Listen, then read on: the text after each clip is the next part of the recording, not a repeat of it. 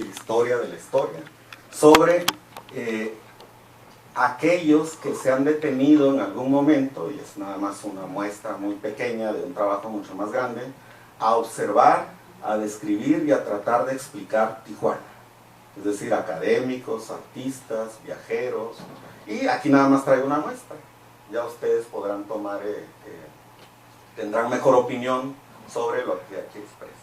Entonces, hablo y planteo de historia, memoria e identidad, que es una triada bastante complicada, bastante conflictiva, que está obligada a trabajar en conjunto, pero que no necesariamente es armoniosa. Ustedes lo saben, desde la aparición griega, la historia es Clio, su musa, es hija, a su vez, de Mnemósine o Mnemósina, que es la musa, a su vez, de la memoria. La historia se desprende de la memoria y, paradójicamente, desde el siglo XVIII al menos, la historia se ha servido de la memoria y la ha hecho incluso objeto de su estudio. A la fecha, sobre todo a partir después de la Segunda Guerra Mundial, lo que vemos es un resurgimiento de la memoria, de la mano de la proliferación de testimonios, de la exaltación de experiencias subjetivas, personales, de los cuales este simposio ha sido una clara muestra, y que ha dejado o ha relegado a un rinconcito muy apartado a la historia. Tal como dice o dijo el célebre historiador del siglo XX, Eric J. Hobsbawm, los historiadores tenemos que seguir diciendo las cosas aunque no le gusten a la mayoría de la gente.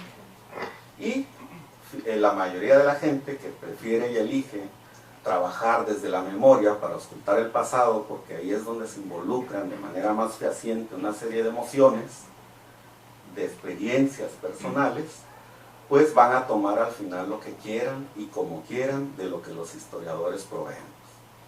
Y está bien. No tengo ninguna objeción al respecto. Así que el objetivo de esta presentación es contribuir, y me voy a permitir leer porque como el tiempo es corto, yo hablo mucho, pues no quiero dejar pasar una serie de detalles que en forma de lectura me parece que pueden ser más provechosas. El objetivo de esta presentación es contribuir a la reflexión y comprensión de premisas ideológicas y políticas que alimentan y se desprenden de discursos expuestos bajo diversos formatos con los que se suele explicar el pasado y presente de Tijuana, y también desde luego prefigurar escenarios futuros que pueden ser utópicos o distópicos. A partir de ejemplos y casos concretos, me he dado a la tarea de revisar y confrontar algunas de las representaciones sociales que se han hecho, forjado sobre Tijuana y sobre los perfiles identitarios de la localidad llamada Tijuana, y desde un marco más amplio, que es el de los imaginarios sociales que se han construido en torno a la frontera norte de México, al menos desde el fin desde el Tratado Guadalupe Hidalgo.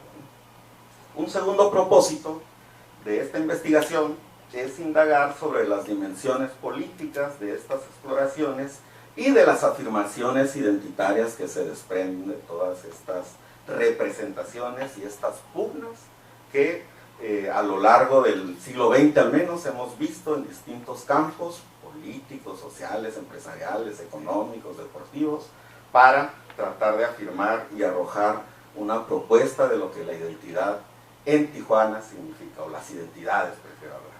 Las representaciones sociales, entonces, que analizamos, responden a enfoques formulados desde los ámbitos del conocimiento y práctica de la historia y la memoria. Ambos se incorporan en diversas interpretaciones desde las ciencias sociales, las humanidades, las artes, el periodismo y la opinión pública.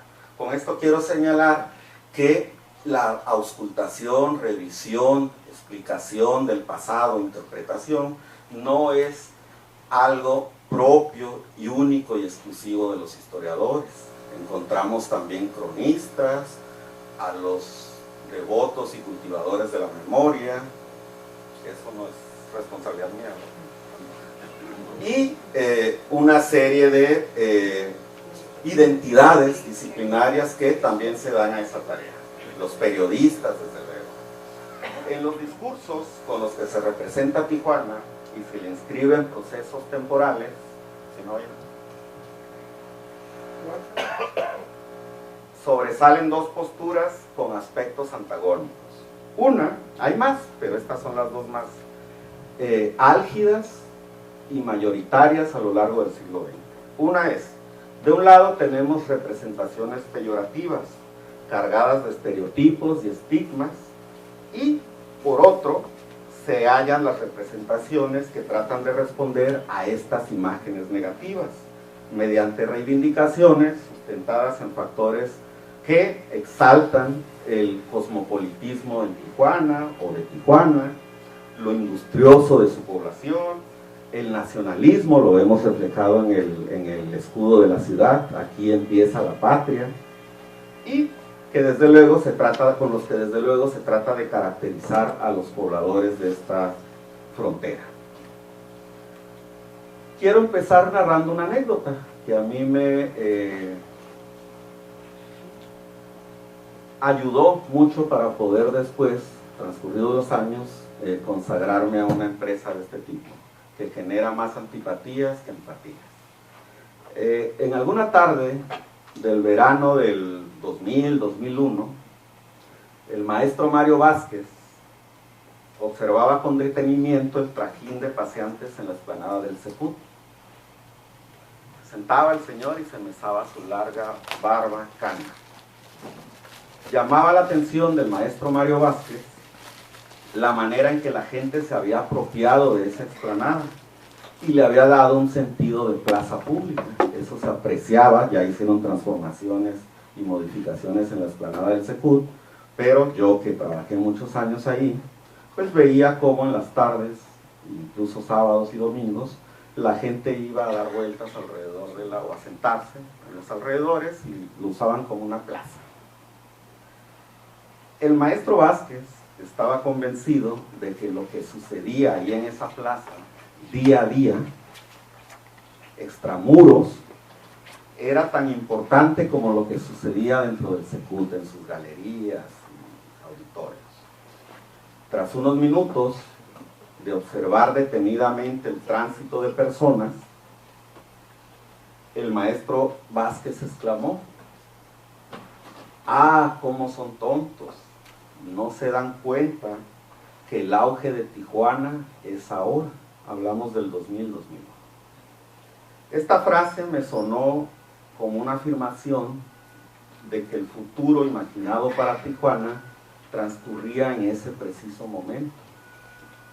Lejos de las formas idealizadas, distante de las eternas expectativas con las que los discursos modernizadores de políticos, empresarios, líderes sociales gustaban presagiarlo desde los orígenes de la localidad. Y con esto me remonto desde la década de 1870 en adelante. Mario Vázquez, ¿quién era? Era uno de los museólogos favoritos de Rafael Tovar y de Teresa durante la primera gestión que él tuvo al frente del Conaculta. Él procedía de la Ciudad de México, el maestro Vázquez, y vino a Tijuana entre 1998-99 a encargarse de la museografía del proyecto para construir el Museo de las Californias, en donde ustedes ya saben que está. Durante 3 años, quizá un poquito más, Vázquez tuvo que lidiar con el desconocimiento propio y ajeno en torno a la historia e idiosincrasia local, y quedó al frente de un equipo de trabajo integrado por personal sin experiencia en trabajos de museos, y entre los que por supuesto me contaba yo. El improvisado colectivo dirigido por Vázquez venció su inicial descontento ante el reto administrativo, académico, arquitectónico que suponía edificar el primer museo de historia regional de Baja California, destinado a una sociedad que ha sido resultado de más de un siglo de inmigración procedente de todo México. Edificar un museo de historia regional en Tijuana, no es de Tijuana, es regional, esa es la apuesta, y de la península, a cargo de la máxima institución cultural en el país, Conaculta, o al menos la que más recursos tiene públicos, indica el interés primordial que para autoridades, asociaciones civiles y académicos en el centro del país y a escala local y regional tiene la difusión y representación del pasado, presente y futuro de Tijuana, de Baja California y en general de la frontera norte de México. El despliegue museográfico convocó en su recinto a esta triada conflictiva que les mencioné al inicio: historia, memoria e identidad. Y fue bautizado, como ya saben, como Museo de las Californias, aludiendo, y antes de los pruritos independentistas, a las tres Californias, las de la península y la Alta California. Esa era la idea. En los días en que apenas cobraba forma este museo, el funcionario que por entonces dirigía el SECUT eligió como lema distintivo, cito, para hacer y hacer historia. Ese era el lema del museo en sus inicios, aún antes de que estuviera acabado. En el plan institucional del museo se plasmó la postura y propósitos socioculturales que animaban ese proyecto, que requirió una inversión cuantiosa, que pagamos todos, desde luego. El proyecto era servir de puente entre la sociedad baja californiana, que se encuentra en un momento clave de la definición de su identidad, y el pasado de esta región. Así escribió o escribieron en el 2000, sí, sería entre el 2000 y 2001, lo que se supone iba a ser el museo. La propuesta de establecer este museo de historia regional generó propuestas diversas sobre su contenido, es decir, sobre la índole discursiva que el museo debía promover y reflejar. Hubo ahí tensiones bastante álgidas a veces. El eslogan del museo, para hacer y hacer historia, encarnaba la visión e intenciones de la obra derivada de una noción muy arraigada en la localidad: suponer que la identidad en Tijuana se halla siempre en vertiginosa transición o que está en vías apenas de configurarse. Es una idea que vemos dibujada y atrás o detrás de cada proyecto. Lo vemos en el proyecto de Zócalo, entre los dos palacios. Me acuerdo que estaba también presente cuando todas las pugnas que hubo por el arco que encontramos en el inicio de la Avenida Revolución. También cuando si ustedes recuerdan, cuando se fundó el equipo de los Cholos de Tijuana, también buena parte de las declaraciones decían: es que a esta ciudad y a sus generaciones nuevas les falta una identidad, y ahí les van los Cholos para que la tengan, ¿no? Y así una serie de discursos que encontramos en distintos planos y distintos tópicos. Con esto, lo que se asume es que va a llegar un momento en que la identidad se constituirá en algo fijo, sólido, con un núcleo y densidad apenas variable en el tiempo, lo cual las ciencias sociales se han encargado de desterrar desde hace varias décadas. Es decir, hay un desfase ahí temporal entre lo que discursivamente se dice y se plantea como identidad y lo que desde las ciencias sociales, que han sido al menos la forma más óptima que conocemos para estudiar las identidades. Digo, podríamos buscar también respuestas en otros saberes, y no es broma, en la brujería, en el New Age, qué sé yo, pero bueno, aquellas disciplinas que se afirman como de cuño y talante científico son las que mayores explicaciones coherentes han dado, al menos si tomamos en cuenta su aceptación social. Esta anécdota inicial que alude al maestro Vázquez tiene como propósito ejemplificar la problemática académica, cultural y social presente con mayor intensidad desde el decenio de 1950, sobre todo. En torno, justo en esa década es cuando se creó el primer simposio o congreso de historia regional, cuya memoria tal vez Gabriel la tenga aquí en el archivo, nosotros la tenemos en la Biblioteca de Investigaciones Históricas, y que estuvo coordinada por el célebre profesor Pablo L. Martínez, con apoyo y sufragio del gobernador Braulio Maldonado. Es decir, de esa década cuando se empiezan a organizar los primeros esfuerzos institucionales, vamos.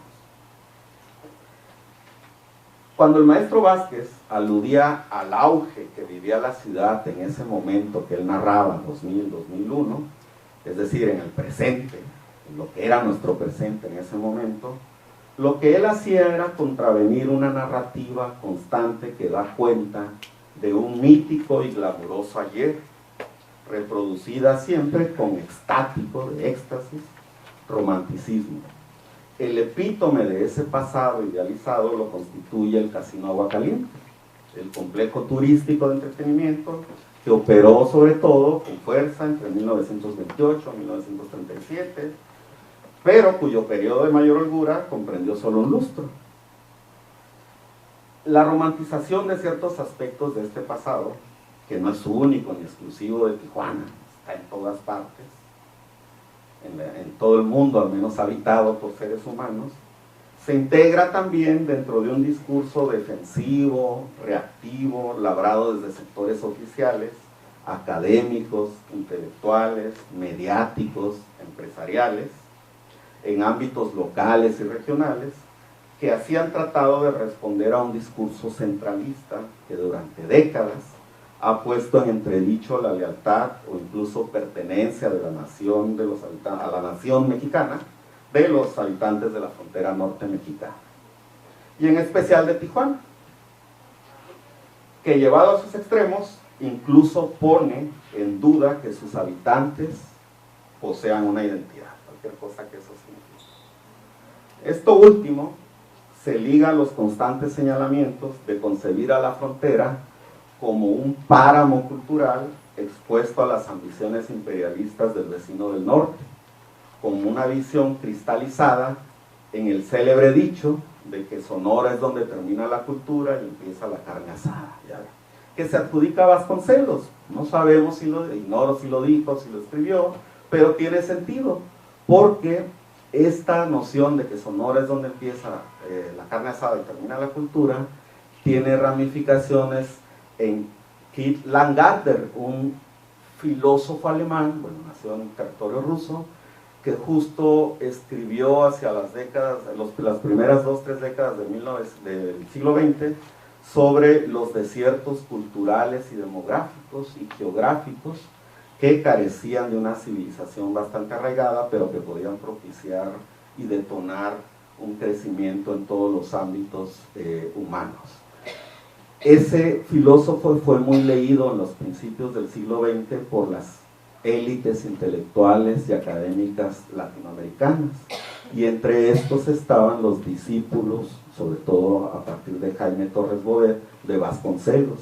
Entonces hay una lógica y un nexo de por dónde podría y por qué se le adjudica a Vasconcelos este tipo de nociones.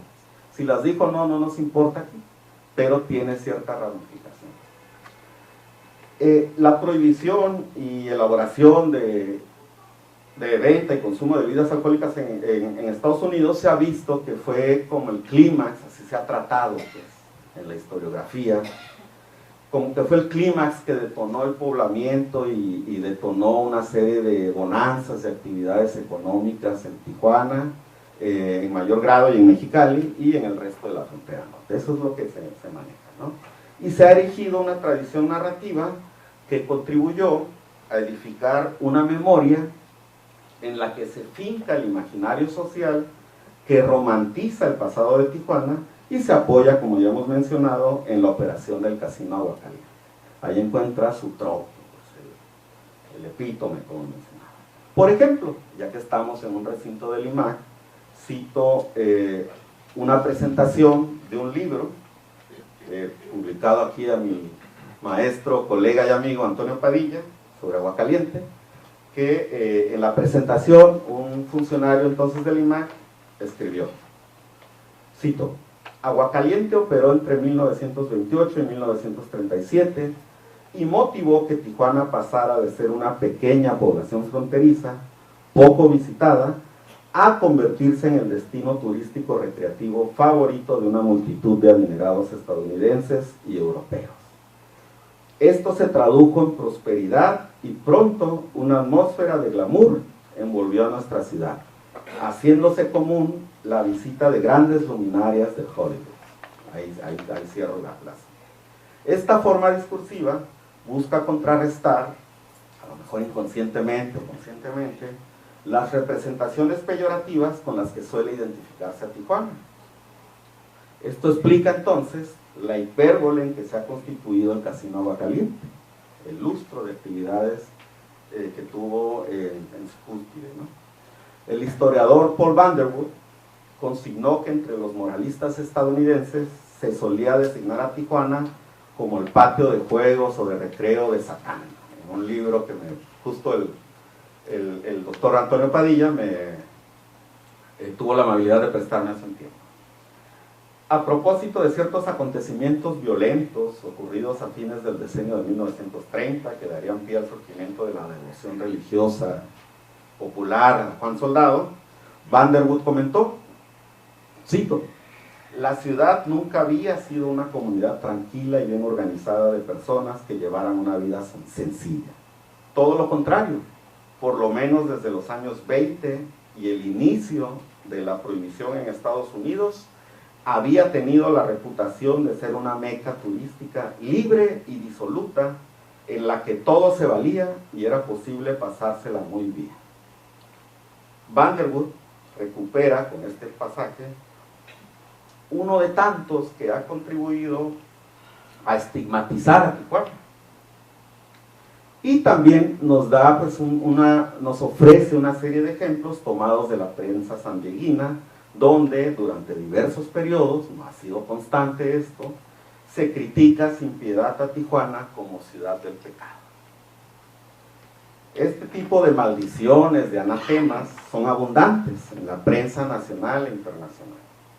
De ahí que durante buena parte del siglo XX, en Tijuana, se haya elaborado una respuesta a estos discursos, que trata de darle aquello que se le quita, calidad moral y legitimidad social a los habitantes de Tijuana.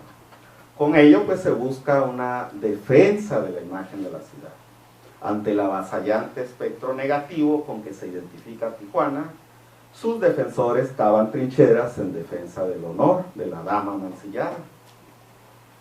A esta idea que se ha circulado, al menos desde la década de 1890, he encontrado registros periodísticos y documentos oficiales, como un espacio abierto a la transgresión, a la disipación y a toda actividad que amerite condenas morales.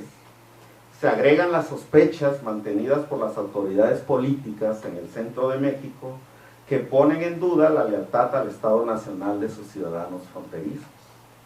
Durante una breve estadía, en 1957, el por entonces bisoño antropólogo Rodolfo Stavenhagen, que citaba profusamente el doctor Piñera el día de su alocución, Stavenhagen, pues, era joven, estaba haciendo su tesis de licenciatura y pasó apenas máximo 2 meses en Tijuana entre 1957 y principios de 1958. Él registró ya desde entonces, 1957, fines, la existencia de 2 posturas encontradas en torno a la imagen de Tijuana aquí en Tijuana. Por un lado, se afirmaba que Tijuana vivía de la prostitución, en cuya oferta descansaba la mayor parte del turismo que atraía al poblado, lo que generaba una derrama económica que beneficiaba a casi todos sus habitantes. Esa era una versión que él registró, entre mucha gente.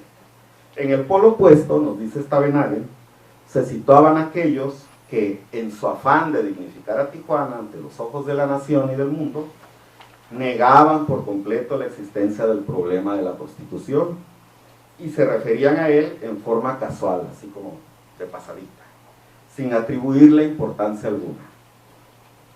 Para él, esta también era una posición de ceguera, que tampoco le hacía bien a Tijuana. Y esos son los ojos de un visitante académico, que ahora es toda una institución en la antropología, sobre lo que en aquel momento era apenas un rinconcito en la frontera norte mexicana. Ambas representaciones se vinculan con la noción decimonónica, es decir, del siglo XIX, del término frontera, que impactó sobre todo en Norteamérica y que tendía a concebir una región fronteriza como una zona remota, bárbara y despoblada, y por lo tanto también frágil en cuanto a la presencia de las instituciones y la aplicación de sus leyes, como una periferia. Esa es la idea que está académica y política detrás de esta noción de frontera.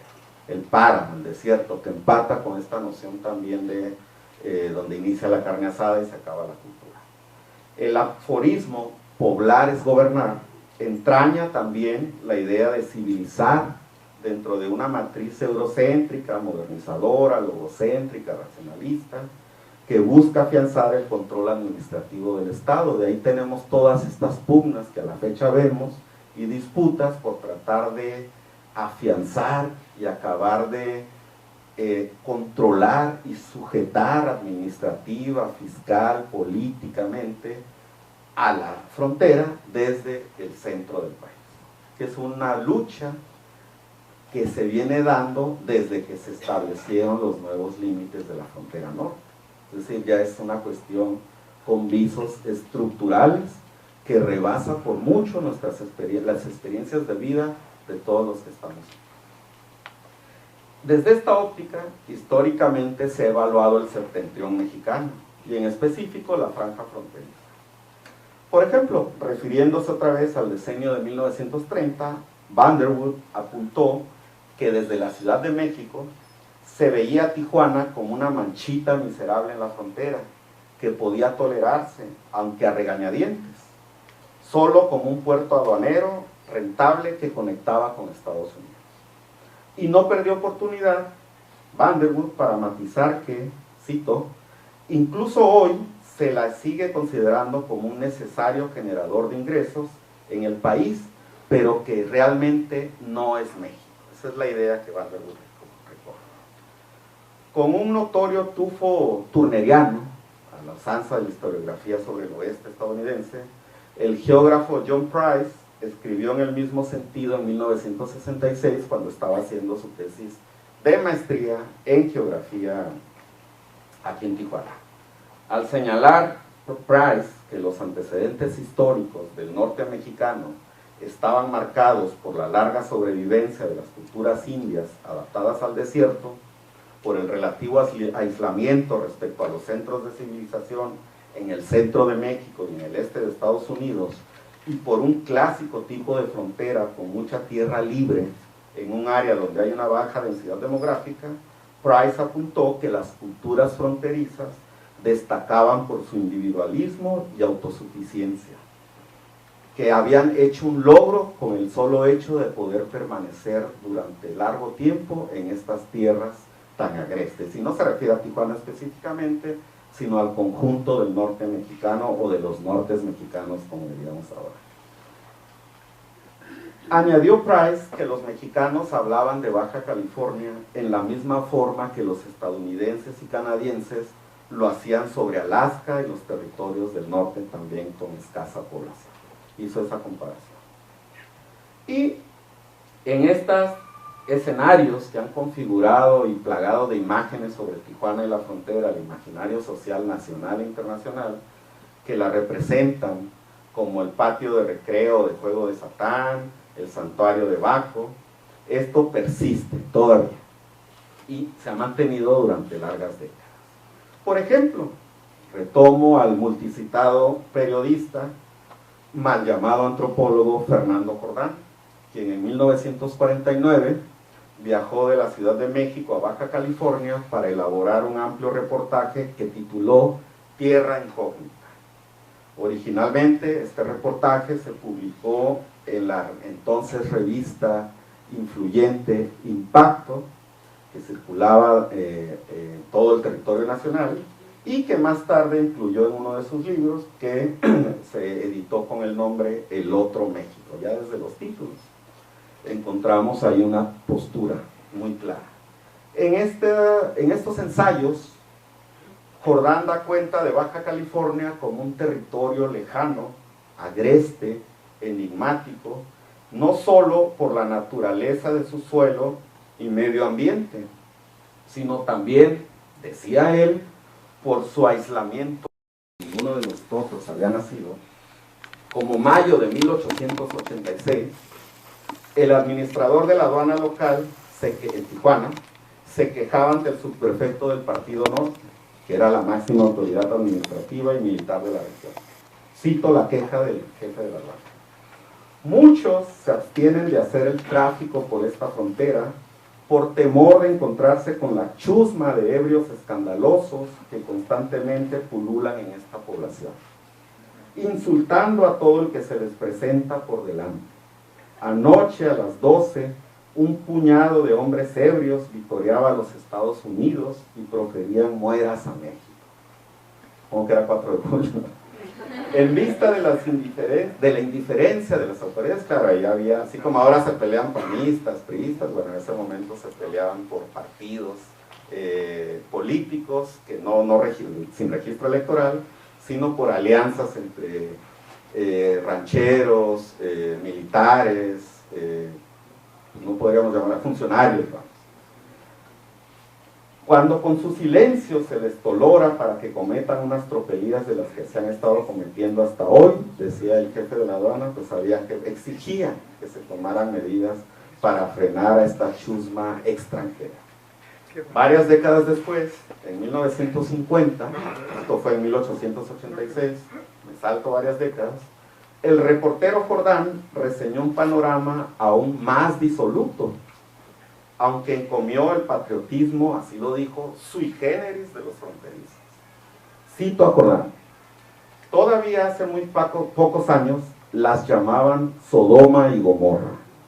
Eran sitios de pecado donde el vicio se nutría de opio, las inquietudes se ahogaban en el alcohol y las ambiciones se decidían sobre el tapete verde de las mesas de juego. Y créanme que él nunca bajó al sacazonazo. Se traficaba con la salud y con las leyes.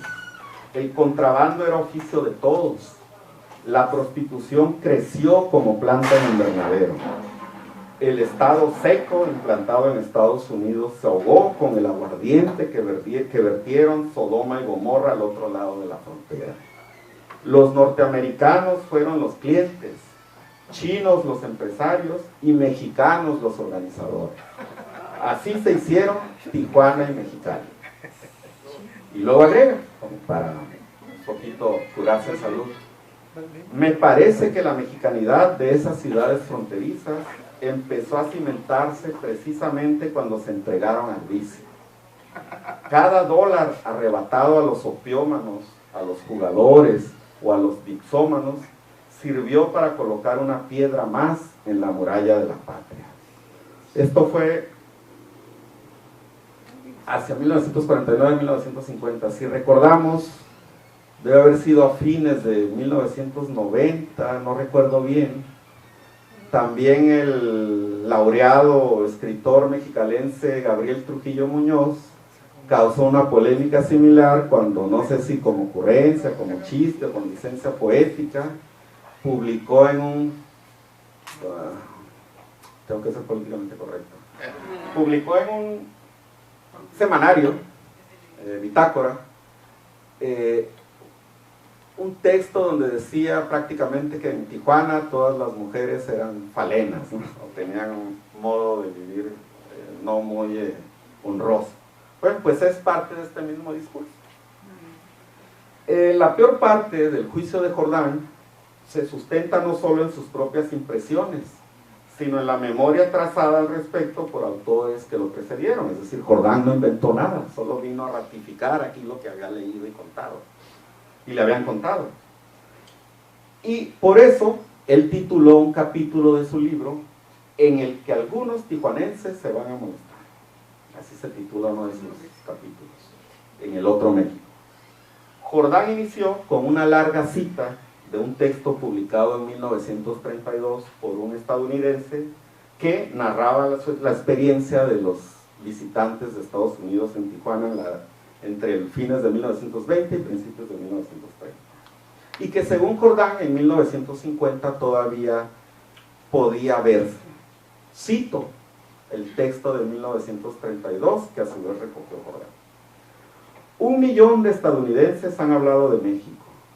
Han asegurado que estuvieron en México sin que, en la práctica o la teoría, hayan ido más allá del cuadro de carnaval que ha sido construido y dedicado no a la expresión de un país extranjero, sino a la satisfacción de los deseos anglosajones.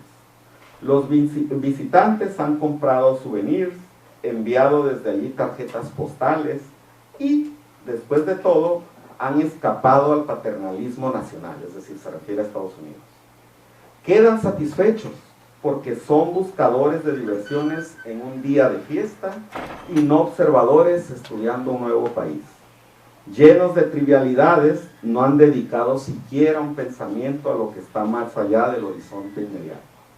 Pero cuando regresan al hogar y relatan al estrecho círculo de amigos la historia de su viaje, es México lo que han visto, no una caja de juguetería. Bueno, podría ser algo aplicable también a la actualidad. Uno revisa las crónicas de los aprendices de escritores o periodistas estadounidenses en los pasquines de San Diego, y uno ve que después de una visita y una noche de copas, una noche loca en la Avenida Revolución, el criterio es similar. Y créame que los he comparado, constatado y revisado.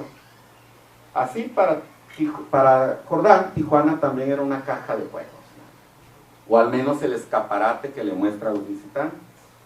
Aunque Jordán concedió que en lo íntimo bien podía haber otra cosa, es decir, más allá de la revolución, dice Jordán, tal vez hay mucho más.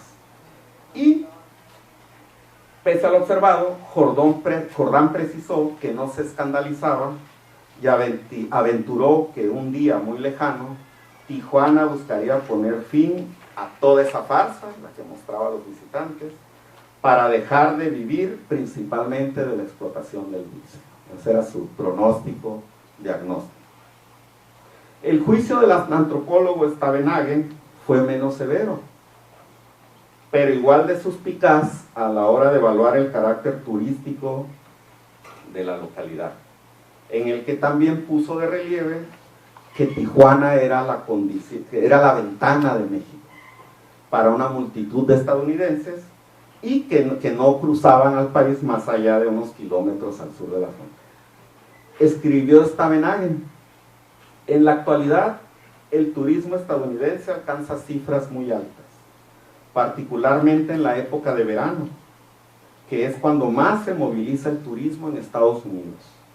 Acuden a Tijuana miles de visitantes de todos los estados de la Unión, que no tienen otra forma de conocer México. Pero en todas las épocas del año afluyen los visitantes, principalmente del estado de California y particularmente los viernes, sábados y domingos, atraídos por las apuestas y los espectáculos del hipódromo, el galgódromo, el jai alai, las corridas de toros y las variedades desnudistas y obscenas de los cabarets, además de ciertos servicios y productos como la gasolina, que es más barata en Tijuana que en Estados Unidos.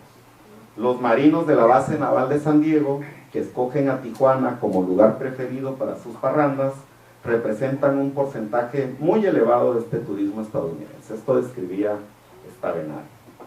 De ahí tenemos, y no debe sorprendernos entonces, el ánimo que hay también por emancipar a Tijuana del lastre vicioso con que históricamente se le ha definido, y que ha generado estas prácticas defensivas y profilácticas que han sido promovidas desde distintos ámbitos.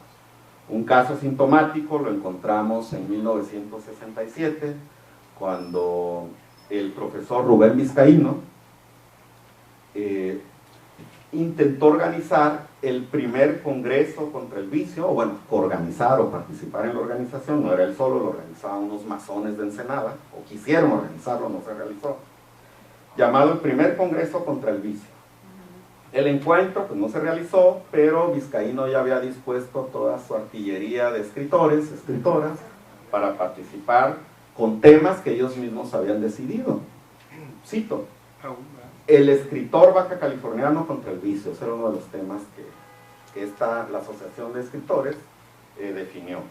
Otro era la universidad y el vicio. Otro tema era la conducta antisocial y las fiestas patrias, por todos los escándalos que se suscitan ahí en estas festividades.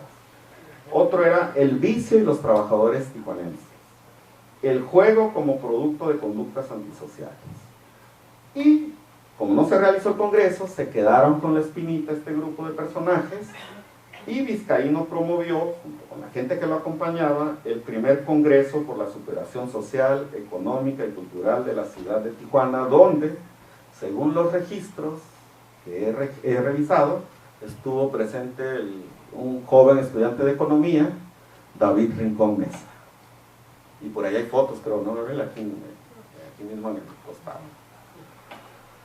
Hasta bien entrada esta década de 1980, pues diversos personajes, Vizcaíno mismo, continuaron involucrados en su propósito de organizar encuentros para hallar soluciones a los problemas sociales y morales de la ciudad y de Baja California. Por ahí hay otro, por ejemplo, organizado por la Asociación de Profesionistas en el Secut, 1985, 86, no recuerdo exactamente.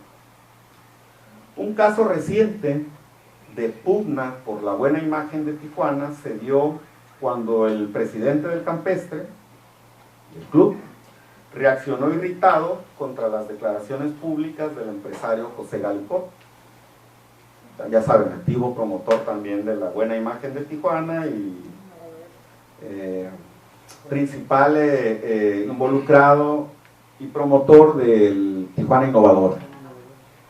La causa del disgusto entre conspicuos personajes del jet set local se debió a que durante una de las presentaciones de la edición 2012 de Tijuana Innovadora, que fue en el Club Campestre la presentación, frente al presidente de la República en ese momento, Galicot argumentó que Tijuana Innovadora era un instrumento para dejar atrás el papel que la prostitución, el aborto, el negocio de los divorcios express y las cantinas han tenido en el desarrollo de Tijuana. Además de que calificó a la industria maquiladora como fábricas de esclavitud. El líder del Club Campestre se dijo ofendido y a través de un desplegado en la prensa local, que él firmó como orgulloso tijuanense, escribió con faltas de ortografía y todo, pero así apareció publicado, ¿no? Ante ese discurso, como tijuanense e hijo de fundadores y forjadores de esta ciudad, me es imposible guardar silencio. Por ello me dirijo a usted para solicitar, dirigido a Galicot, para solicitarle que cuando dirija un mensaje promoviendo a nuestra ciudad, no olvide que desde su formación hasta la fecha, Tijuana se desarrolló gracias al trabajo, esfuerzo y honestidad de la gran mayoría de sus hombres y mujeres que lucharon y continúan luchando para formar a sus familias con valores y buena moral. Eso fue el contenido del desplegado. Queda así claro entonces que todos estos saltos temporales que he venido dando, que las disputas por las representaciones que pueblan el imaginario sociohistórico de Tijuana, pues han involucrado y se han trasminado también a los campos de la creación artística, intelectual, académica, política, y ha sido base para que autores de ámbitos distintos y cultivadores de disciplinas, diversas disciplinas artísticas y académicas se hayan dado a la tarea de explorar el carácter identitario de los habitantes de Tijuana. Y voy a cerrar ya, para no tenerlos sometidos. Voy a cerrar ejemplificando con una exhibición que se realizó recientemente, se presentó en el Secut en el 2011 y se tituló Obra Negra, una aproximación a la construcción de la cultura visual de Tijuana, que se planteaba o se planteó como una retrospectiva de 150 años de historia que conjuntaba a 300 artistas en esa exposición en el Secut, en el Cubo. Por la cantidad de artistas y obras que aglutinó, por sus propósitos de retrospectiva y la importancia del recinto que la albergó, el Secut, y el impacto causado en una parte de la comunidad artística y periodística local, pues el contenido de esta exposición es oportuno para reflexionar sobre algunas de las cuestiones que aquí he venido relatando. Pese al declarado intento de cubrir 150 años de producción en artes visuales, el despliegue museográfico se concentró sobre todo en las décadas más recientes. El periodo de larga duración que aspiraban representar en la muestra adoleció de contexto histórico, desde luego. No dio cuenta de procesos de producción, de los circuitos de mercado para estas obras, de la conformación de públicos a lo largo de un siglo al menos, o medio siglo si quieren, del desarrollo de las instituciones culturales con los que ha estado vinculada eminentemente la vida artística y cultural de esta ciudad, y tampoco está ausente cualquier idea de lo que constituye un discurso historiográfico y que a veces ni los mismos historiadores alcanzamos a plantear de manera precisa y coherente. Según las palabras de presentación del catálogo oficial de esta muestra, Obra Negra, que dirigió el Virgilio Muñoz, que entonces dirigía el CECUT, las intenciones de la exposición eran lograr una especie de mímesis de la historia en el arte local. Cito: realizar ese recuento en el que la expresión artística dialoga con la historia y esta aparece traducida en aquella. Ese era el propósito, aparentemente. Líneas adelante, en el catálogo de presentación se señaló que esta retrospectiva fue resultado de un arduo trabajo de investigación sobre el arte y la historia de Tijuana, en el que los encargados de la curaduría aceptaron el desafío de establecer el diálogo necesario entre la producción artística y el acontecer histórico. Hay, desde luego, grandes vacíos cronológicos en esta exposición, y estos se trataron de subsanar mediante la incorporación de atisbos apenas del discurso historiográfico local que se acepta oficialmente.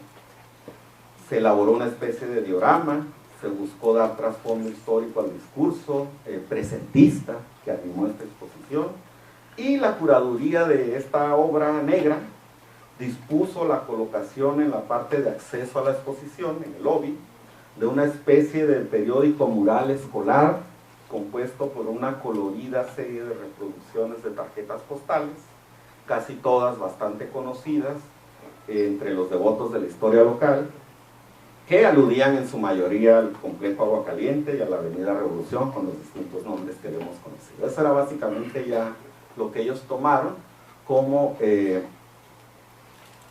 síntesis de la historia de Tijuana. Cabe mencionar que estos espacios representados de manera sumaria, la Revolución y el complejo Agua Caliente en las tarjetas postales, pues son aquello que hemos venido viendo que se han erigido como representaciones de lo que se supone es el desarrollo histórico de la ciudad. Al igual que sucede cuando se aborda la cuestión de las identidades en Tijuana, los curadores de Obra Negra trasplantaron a su campo, al arte, la noción de que aquí padecemos, vivimos una identidad en tránsito, inacabada, pues a juicio de ellos, cito, la identidad visual de Tijuana no está acabada, sino aún en vías de construcción. Cualquier enterado de las ciencias sociales sabrá que aquella vieja noción de las identidades situadas en un capelo donde ya eran inmutables, pues no existe. Es una falacia. Toda identidad está constantemente, a diversos ritmos, en constante modificación y construcción. Hay también una pretensión de totalidad que hace recordar las aspiraciones de los historiadores a fines del siglo XIX. La expresión de una de las curadoras lo evidencia cuando señala que por ser Tijuana una ciudad joven, se podía hacer su historia en materia de arte de cabo a rabo. Es decir, como es una ciudad joven, aquí cabe todo, como esas aspiraciones de los historiadores del siglo XIX de hacer una historia total. Y que según ellos, en ninguna otra ciudad de México era posible incluir en una sola exposición toda la historia de sus artes visuales. Yo creo que ni en Tecate sería posible eso.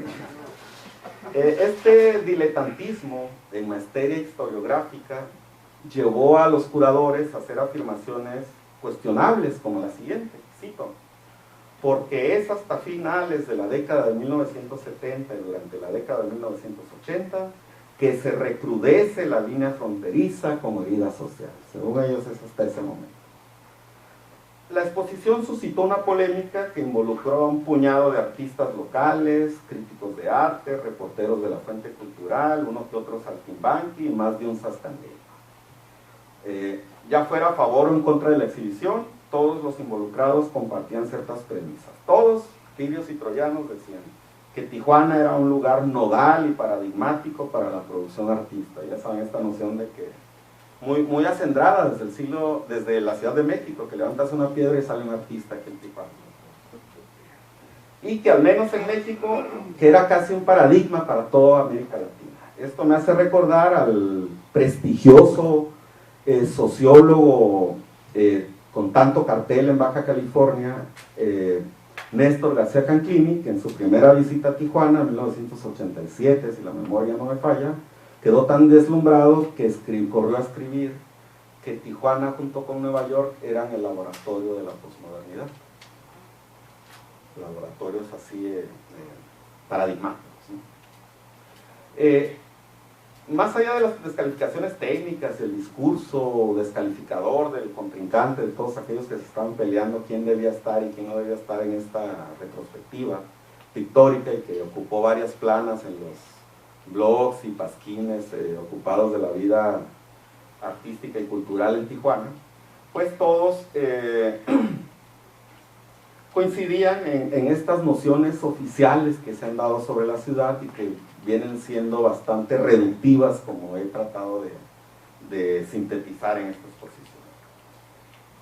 Por ejemplo, una crítica museográfica contra la curaduría de obra negra apuntó, cito: qué triste que mientras el curador pudo distinguir con claridad las líneas de conexión de la historia, no se le haya dado la gana compartirlas con nosotros.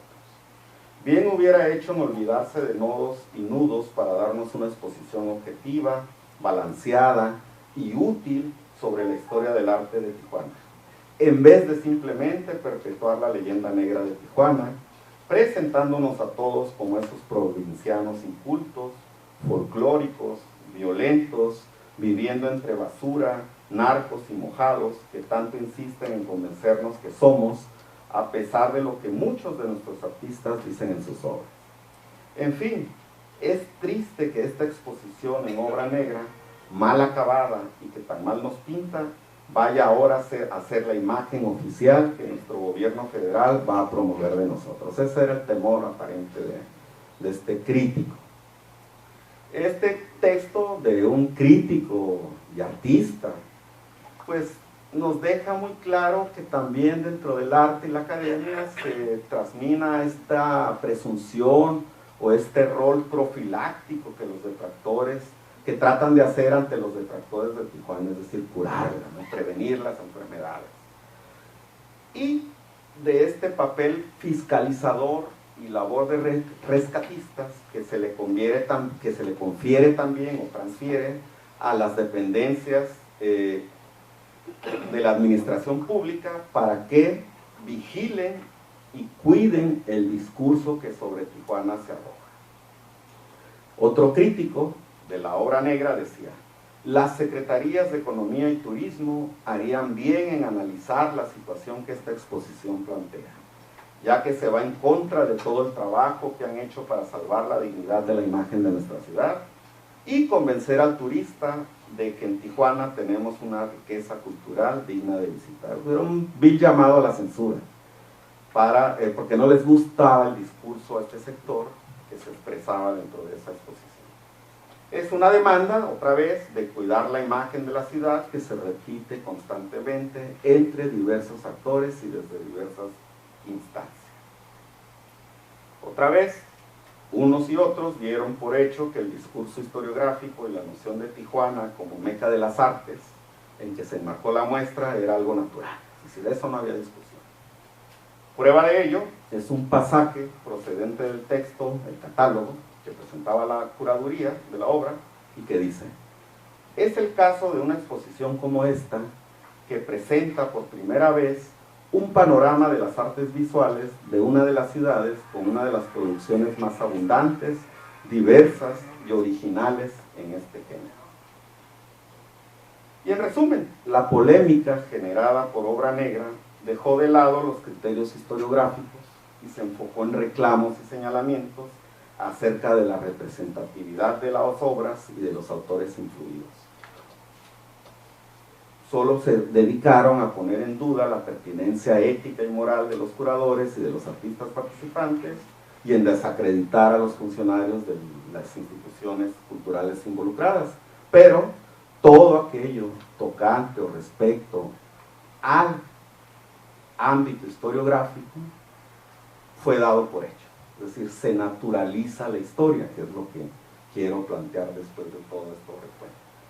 Y se dan por hecho todas estas premisas discursivas y no se arroja, y esto creo que es una labor que no puede rehuir ningún académico o autoproclamado intelectual en esta ciudad, de dejar reposar toda forma de pensamiento crítico, como invitaba el célebre filósofo Jacques Derrida. Y con esto acabo porque ya los veo cabeceando. Gracias.